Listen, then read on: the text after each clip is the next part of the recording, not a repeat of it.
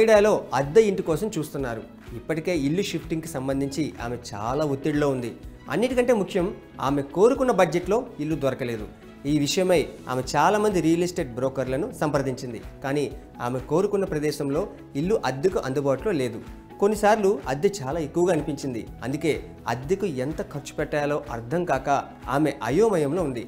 ఆమె తనకు అవసరమైన దానికంటే ఎక్కువ ఖర్చు చేయాల్సి వస్తే ఏం చేయాలి? శిల్పి ఒక్కరే కాదు, వేరే నగరంలో జీవనోపాధి కోసం తమ ఇళ్లను విడిచిపెట్టిన ఆమె లాంటి చాలామంది ఈ సమస్యను ఎదుర్కొంటారు. గత ఏడాది నుంచి ఏడాదిన్నర కాలంలో దేశంలో అద్దెల గ్రాఫ్ బాగా పెరిగింది. ఈ పెరుగుదల కేవలం పెద్ద నగరాలకే పరిమితం అవ్వలేదు. దేశం మొత్తం ఎక్కడ చూసినా ఇల్లు చిన్నదైనా పెద్దదైనా సరే అద్దెల పెరుగుదల సమస్యను ఎదుర్కొంటుంది. అద్దెపై ఎక్కువ ఖర్చు పెట్టడం మీ ఆర్థిక ప్రణాళికకు నష్టం కలిగించవచ్చు. దీని నుండి మిమ్మల్ని మీరు కాపాడుకోవడానికి తెలుసుకోవాల్సింది చాలా ఉంది. మీరు అద్దె చెల్లించడానికి మీ జీతంలో ఎంత ఖర్చు చేయాలో ముందుగా తెలుసుకోవాలి. దీనికన్నా ముందు ఇంటి అద్దెలు ఎలా పెరుగుతూ వచ్చాయో ఓసారి చూద్దాం. ప్రాపర్టీ కన్సల్టెంట్ అనరాక్ నివేదిక ప్రకారం 2023 జనవరి నుండి సెప్టెంబర్ వరకు 9 నెలల్లో దేశంలోని 7 ప్రధాన నగరాల్లో అద్దెలు 30% మేర పెరిగాయి. హైదరాబాద్, పూణే, బెంగళూరులోని అద్దెలు చాలా ఎక్కువగా ఉన్నాయి. బెంగళూరులోని ఐటీ హబ్ అయిన వైట్ ఫీల్డ్లో అద్దెలు 31% పెరిగాయి. 2022 చివరి నాటికి ఈ ప్రాంతంలో 2 BHK అపార్ట్మెంట్ 22,500 రూపాయలకు రెంట్కు దొరికేది.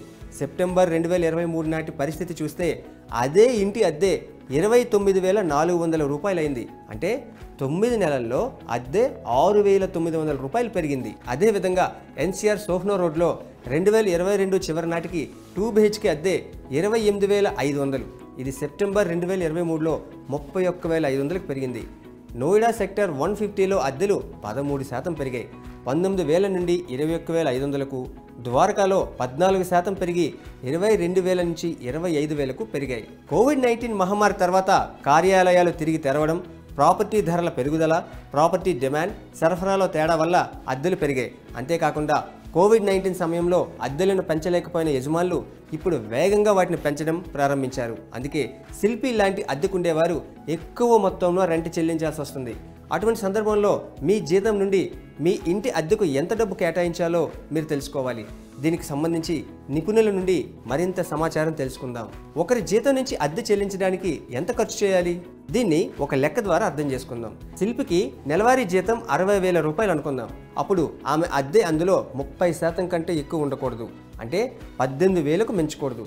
ఈ మొత్తం ఇంటి అద్దె, నిర్వహణ, విద్యుత్, నీటి బిల్లులను కలుపుకొని ఉండాలని మాత్రం మర్చిపోవద్దు. మీరు చెల్లించాల్సిన అద్దె ఈ స్థాయి కంటే ఎక్కువగా ఉంటే మీరు ఇతర కీలకమైన ఖర్చులను తగ్గించుకుంటున్నారని లేదా మీ ఆర్థిక లక్ష్యాల విషయంలో రాజీ పడుతున్నారని అర్థం. ఎందుకంటే మీ జీతంలో ఎక్కువ భాగం మీ అద్దె చెల్లించేందుకే వెళ్తుంది.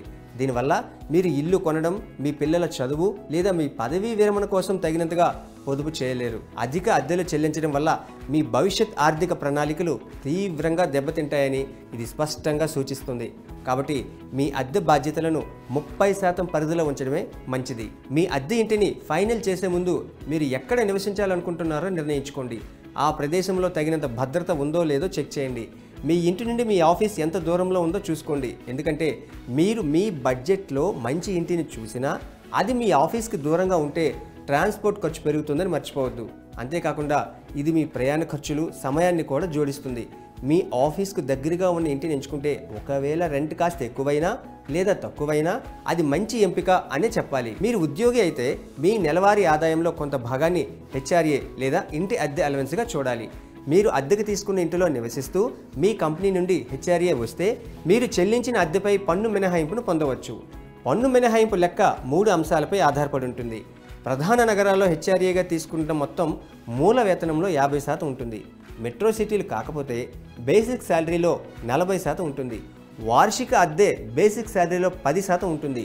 ఈ మూడింటిలో ఏది తక్కువైతే దానికి పన్ను మినహాయింపు ఉంటుంది. అందువల్ల మీ హెచ్ఆర్ఏను ముందుగానే లెక్కించండి.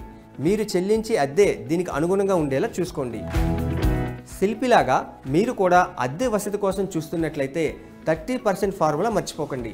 ఇటీవల ఉపాధి పొందిన చాలామంది వ్యక్తులు తమ జీతంలో 40 నుంచి 50% మొత్తాన్ని అద్దెకు ఖర్చు చేయడం సరైందని భావిస్తున్నారు. ఇంత ఖర్చు పెట్టినా ఇప్పటికీ వారు తమ జీతంలో 50% ఆదా చేస్తున్నారు.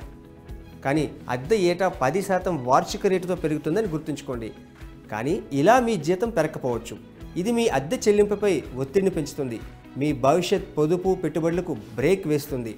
అద్దె భారాన్ని సమానంగా పంచుకోవడానికి వీలుగా మీరు ఒక ఫ్లాట్మేట్ గురించి కూడా ఆలోచించవచ్చు. ఒకవేళ ఎవరైనా అద్దె ఇంట్లో విలాసవంతంగా జీవించడం మీరు చూసినా వారిని గుడ్డిగా అనుసరించొద్దు.